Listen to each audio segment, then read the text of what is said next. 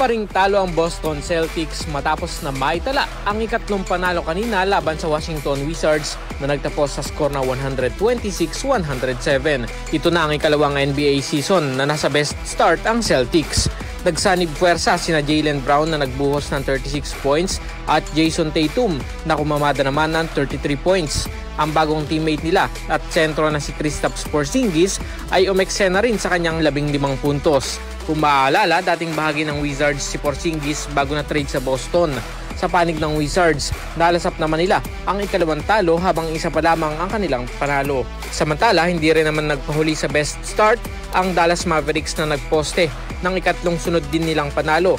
Pinatikim kasi ng Mavs ng ikaapat na talo ang Memphis Grizzlies 125-110 at hindi nila kinaya ang pagpapakitang gilas muli ni Luka Doncic na nagrehistro ng triple-double performance sa pamamagitan ng 35 points, 12 rebounds at 12 rin na assists. Para sa ating RMN Sports, Radyo Manjairos Peña, Florida, Tatak RMN.